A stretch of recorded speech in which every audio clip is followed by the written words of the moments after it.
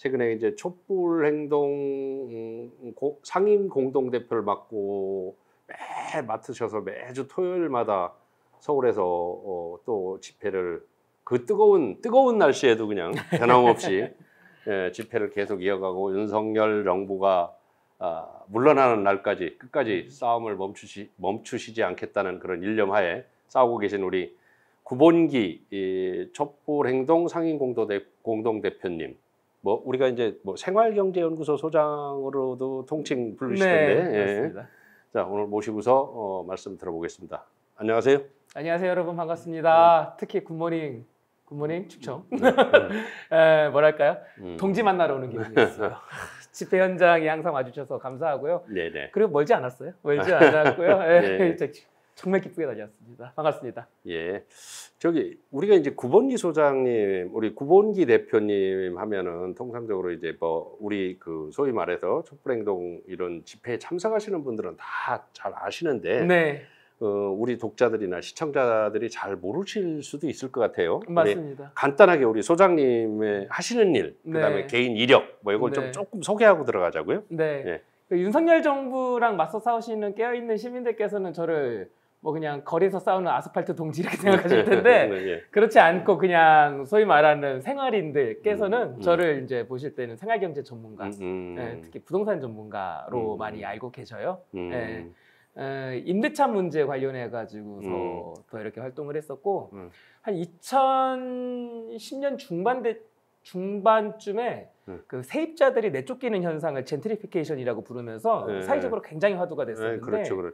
그때 대한민국에서 국내 최초로 젠트리피케이션 예방 대응 매뉴얼을 개발한 전문가 가지고 그리고 계속 임대차 문제 관련해서 이렇게 활동들 해 오다가 지난 대선에서는 이재명 대선 후보 캠프에서 임대차 정책 초안 초안을 잡으셨고, 네, 전문가시네. 네, 뭐 그렇게 활동하고 있습니다.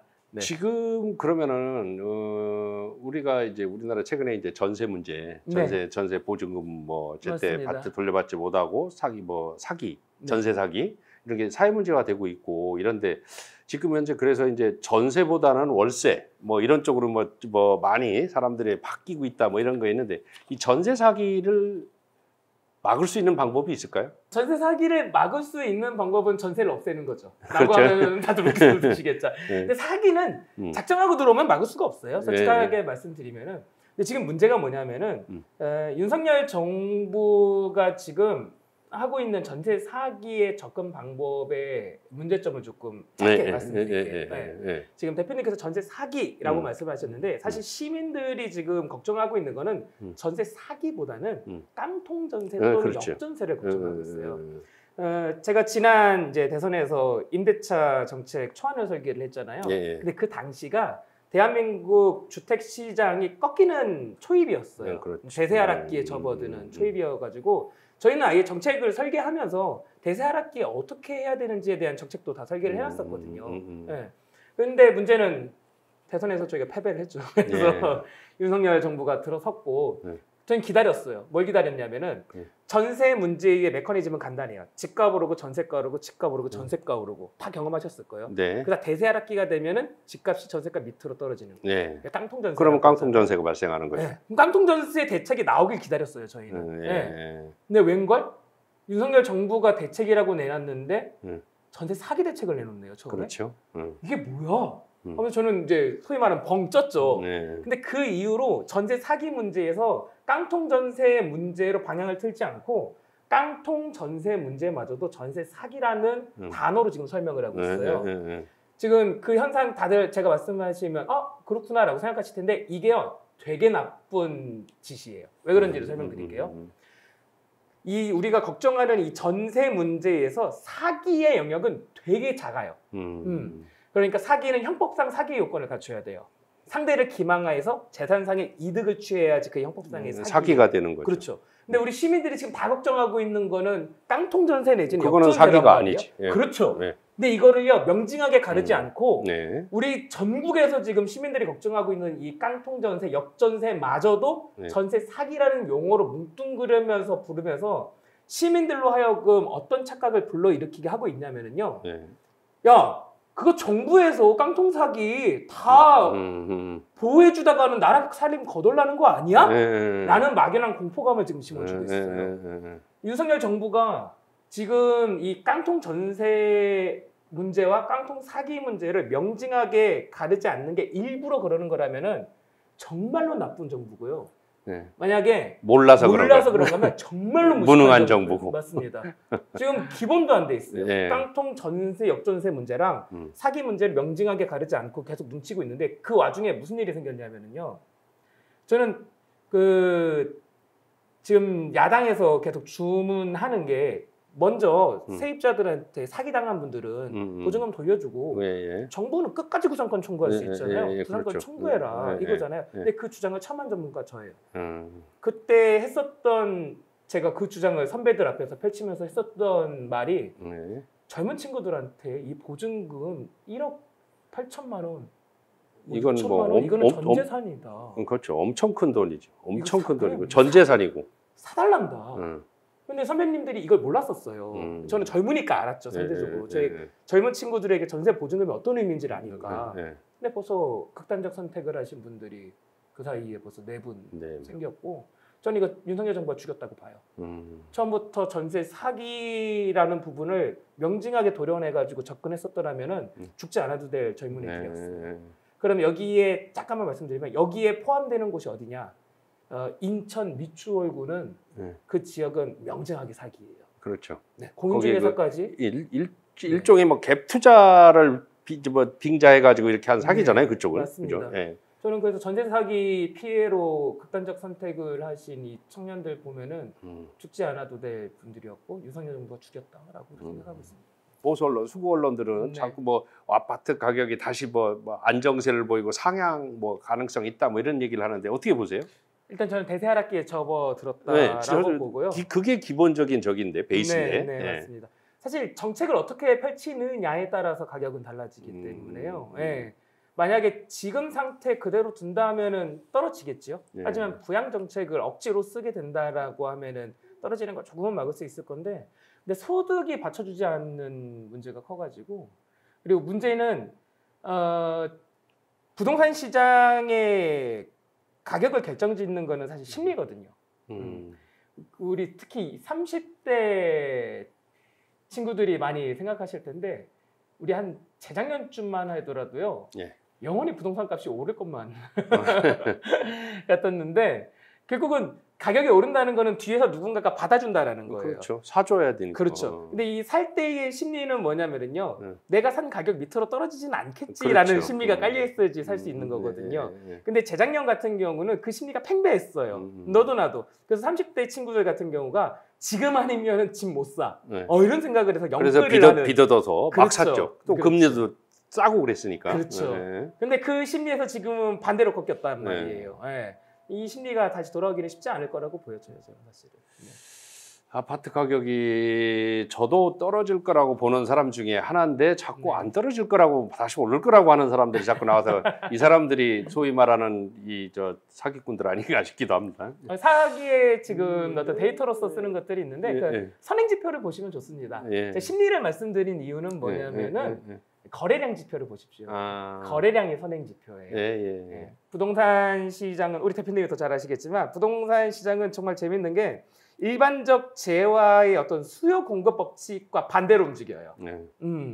그러니까 일반적 재화는 가령 운동화가 있다고 해볼게요. 운동화는 가격이 떨어지면 사람들이 더 많이 사게 되잖아요. 근데 부동산은요, 가격이 떨어지면 사람들이 더 안 사요. 위축되거든요. 그렇죠. 왜냐하면 상승 가능성이 있어야 사는 건데. 그렇죠. 그래서 아까 심리를 말씀드린 거고 거래량이 안 살아나고 있습니다. 지금 거래량이 안 살아났다는 건 심리적으로 시민들이 더 떨어질 거라고 생각을 하고 있다는 거예요. 지금. 사실은 그냥 거주의 수단이고 집은 그냥 소유만 하고 내가 그냥 사는 거에 생각을 하면은 딱 맞는데 그거를 재산 축적의 수단, 부에 이렇게 점핑할 수 있는 수단이라고 생각하니까. 맞습니다. 이게 정말 팽배한 게요. 제가 계속해서 어디에 가서도 말하는 건데 우선 우리 대한민국 정부에서 내놓는 보도자료만, 국토교통부 보도자료만 보더라도 심장이 뛰어요. 앞에 가격 그래프가 먼저 나오잖아요. 그렇죠. 사설 정보지 같아요. 그래서 저도 문재인 정부 시절에 계속해서 말씀을 드렸었던 게 이거 마치 정부가 추구하는 부동산 정책의 최상위 가치가 집값 잡는 것 같다. 근데 대한민국 과반수의 가구가 이미 주택을 가지고 있는데 그 가구들한테 이런 메시지는 당신이 가진 전 재산을 떨어뜨리겠다라는 메시지로 다가옵니다. 그렇죠. 이거 안 되고 정부가 내세워야 되는 그리고 추구해야 되는 부동산의 최상의 가치는 주거 안정입니다. 주거 안정을 최고 기치를 내걸고 그거를 이루는 과정에서 주택 가격은 부수적으로 잡히는 거지 마치 주택 가격에 목숨 걸고 있는 것처럼 보이면 안 됩니다. 이제 그런 정책이 문재인 정부의 국토부 소위 네. 말하는 정책에서 실패한 정책이다라는 게 바로 그 부분이거든요. 맞습니다. 촛불행동 이제 상임 공동 대표시니까 네.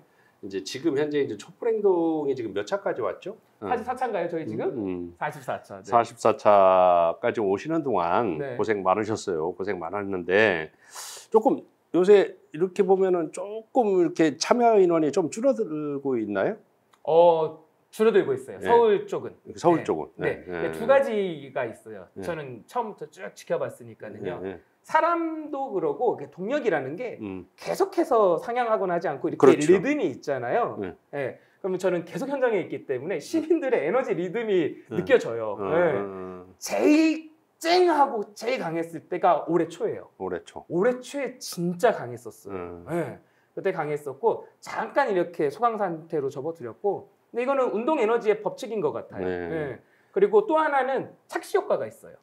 처음에는 서울에서만 저희가 시작을 했거든요. 네. 이게 정말 저희 촛불 행동이라는 어떤 단체 그리고 촛불 집회를 하는 시민들이 대단한 게 서울로 일단은 모여주셨다가 지방에서 잠깐 우리 동네도 있으면 좋겠는데? 라고 하면서 김포에 계신 분이 김포에 가가지고 김포 촛불 행동을 만드셔서 저희 서울에서 열리는 같은 시간에 그 지역에서 여세요. 이런 식으로 수원 촛불 행동. 대전에도 엊그제 지난 월요일 대전에서도 한 것 같더라고요. 네, 그런 식으로 네. 저희가 만들어야 합니다라고 말을 한 게 아니고 자생해가지고 생겨나요. 그래서 해외 촛불 행동도 있고 그렇게 해서 분산돼가지고서 네. 시민들이 서울 집회만 보면은 사람들이 많이 빠졌다라는 착시 효과가 또 일어나기도 해요. 이 두 가지 측면이 있어요. 근데 제가 볼 때는 뭐 빠진다기보다는 지금 이제 현재 이제 사실은 윤석열 정권이 네. 출범한 지 1년도 채 안 되고 뭐 1년 됐나? 이제 1년 딱 됐는데 1년 정도 이게 지나다 보니 요 정도밖에 안 되다 보니까 이게 우리가 막 퇴진을 주장한다고도 확실하게 되겠어? 이런 것도 있고 참석을 하는 사람들의 이제 심리 중에서 그 다음에 또 사실은 제가 보니까 민주당이 또 주도적으로 사실 나서줘야 되는데 거기서 안 나서 혹시 탄핵 역풍 뭐 이런 생각을 해가지고 못 나서고 있어요. 아유씨 대표님, 예? 야 제가 올해 초가 에너지가 가장 좋았다고 했잖아요. 네. 그때 시민들이 민주당 끌고 나왔거든요. 그렇죠. 그게 어떻게 된 거냐면요. 2월 달이었어요. 올해 2월 달에 아예 저희 촛불 행동이랑 민주당이 공간을 공유했어요. 그렇죠. 네. 그래서 시청에서 민주당 집회하고 끝나고 뒤돌면은 저희 촛불 행동 집회를 하는 이게 있었는데 그때 시민들이 어떤 소리를 많이 했냐면요. 끌고 나왔다. 드디어 끌고 나왔다. 네, 그때 기세 가장 높았고요. 근데 재미있는 게 그 뒤로부터 어떤 바뀐 민주당 당대표인 이재명 대표의 움직임이에요. 네, 저도 시민들이 하는 얘기 듣는데 당대표가 자꾸 나오라고 부른다라는 거예요. 그러니까 우리 시민 여러분도 좀 보시면 아시겠는데 이재명 대표가 자꾸 시민들한테 이번에 후쿠시마 오염수 방류 어디서 뭐 합니다. 모여주십시오. 이런 얘기를 자꾸 해요. 근데 어떤 때는요. 목요일 오후에 공지를 하면서 금요일 오전에 모여달라고 할 때도 있어요. 그럼 시민들이 툴툴대면서 나오는 거예요. 근데 이재명 당대표가 저는 그때 2월에 확인했다고 봐요. 시민들은 이미 준비가 다 됐구나. 민주당이 늦었구나. 바깥에서 싸울 투쟁의 준비가 되어 있구나라고 자신감을 얻고 그 뒤부터 시민들을 계속 호출하고 있더라고요.